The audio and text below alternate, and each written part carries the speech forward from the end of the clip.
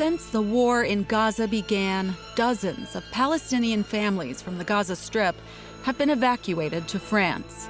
Some for urgent humanitarian reasons, others as scientists or artists. All of them have lived through hell. This war turned my whole life upside down. Some did not believe they would survive. These could be my last words in case I won't be alive to continue this mission. But in France, a new chapter begins.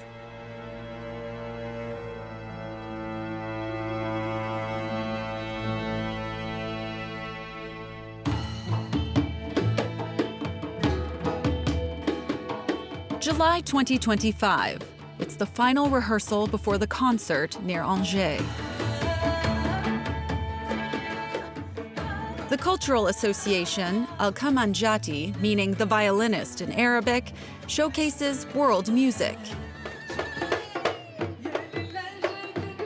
As part of its Pause program, which supports artists in exile, the NGO managed to bring 5 musicians from the Gaza Strip. Among them, singer and rapper Abu Joury, whose life and that of his family completely changed on October 7th, 2023, when Hamas launched its attack. The first day, at 6 a.m., Hamas fired nearly 1,000 missiles. It was crazy. Rockets flying from all sides.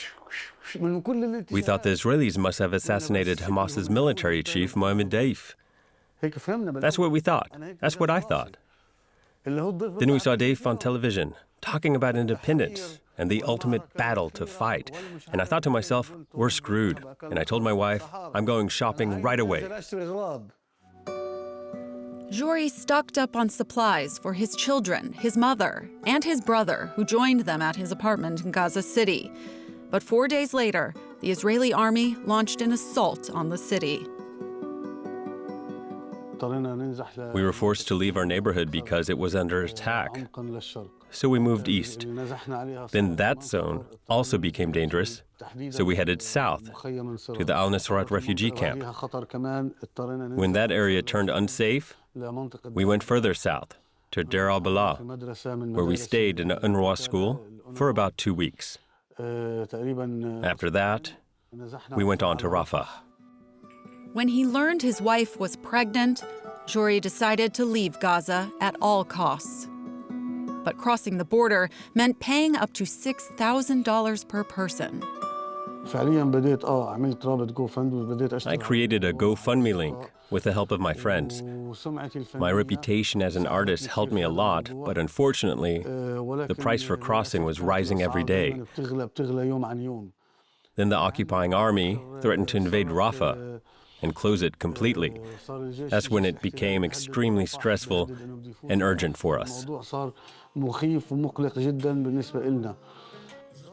Joury managed to escape with his immediate family, but left his mother and brother behind in Gaza. He sings about this trauma in his music.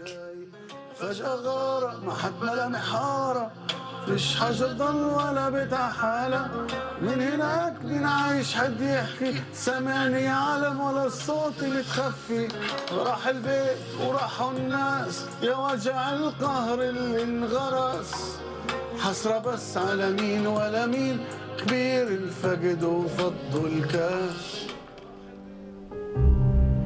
600 kilometers away, several Palestinian families with injured children have settled in Lyon. They were some of the first Gazans evacuated to France.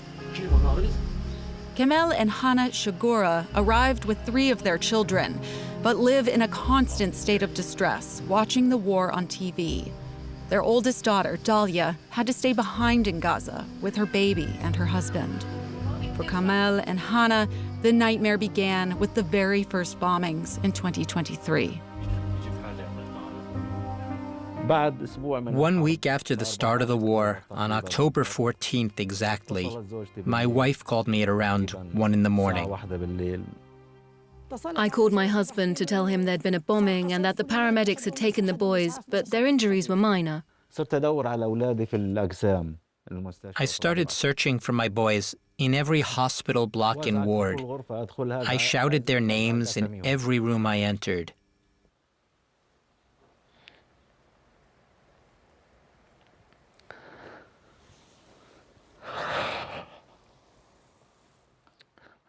In the end, I found a body bag. My son was tall, 1.85 or 1.90 meters. I looked, and his name was written on the bag. That was my son. I opened the zipper and saw him.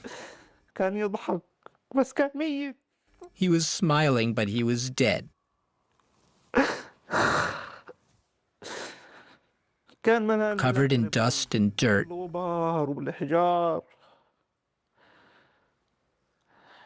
I didn't know what to do. I kissed him and held him in my arms. Around 8 a.m., I was shocked by a call telling me that my son, Ayham, had lost his legs. Barely 5 minutes later, another call came. Your son Hassan is dead. Come and say goodbye. In 5 minutes, I learned 2 terrible things about my sons. It was the hardest day of my life. Ayham and Hassan were together in the same ambulance. They arrived at the Indonesian hospital. Ayham was holding his brother's hand.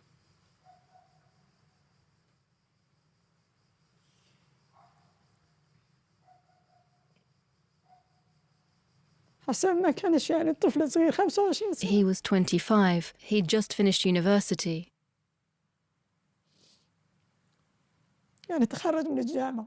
I wanted to see him get married, but he's dead.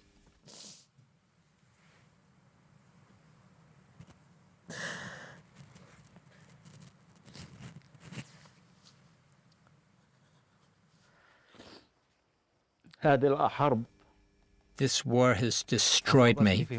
I lost my son, my mother, my brothers and sisters, my house, my life, my memories, my friends, my land, everything.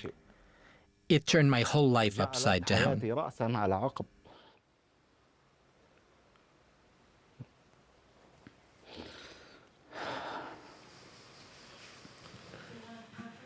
Now these lives have to be rebuilt, starting with 17-year-old Ayham.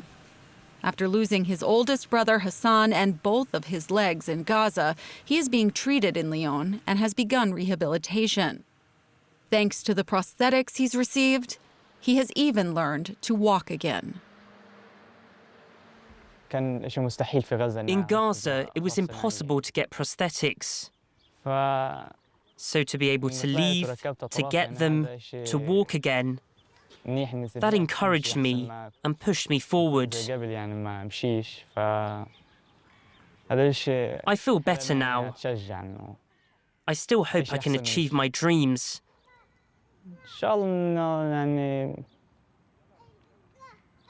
I wanted to become a footballer, but God did not allow it. So now, I hope to become a dentist.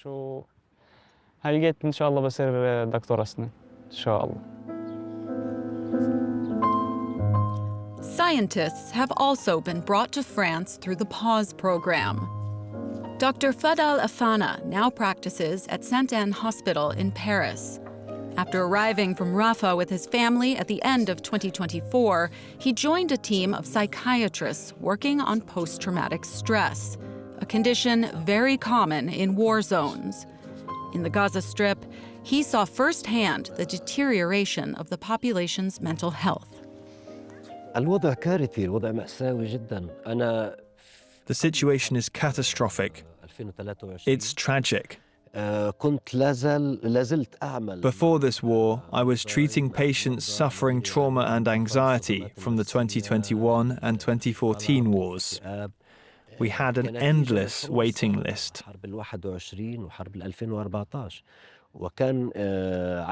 We were healing wounds of the past when a new war broke out. I don't think a single person was spared.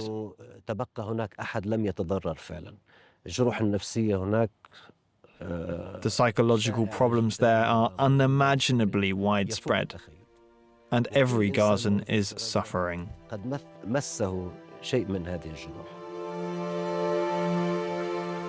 Dr. Afana says mental health has long been neglected in Gaza.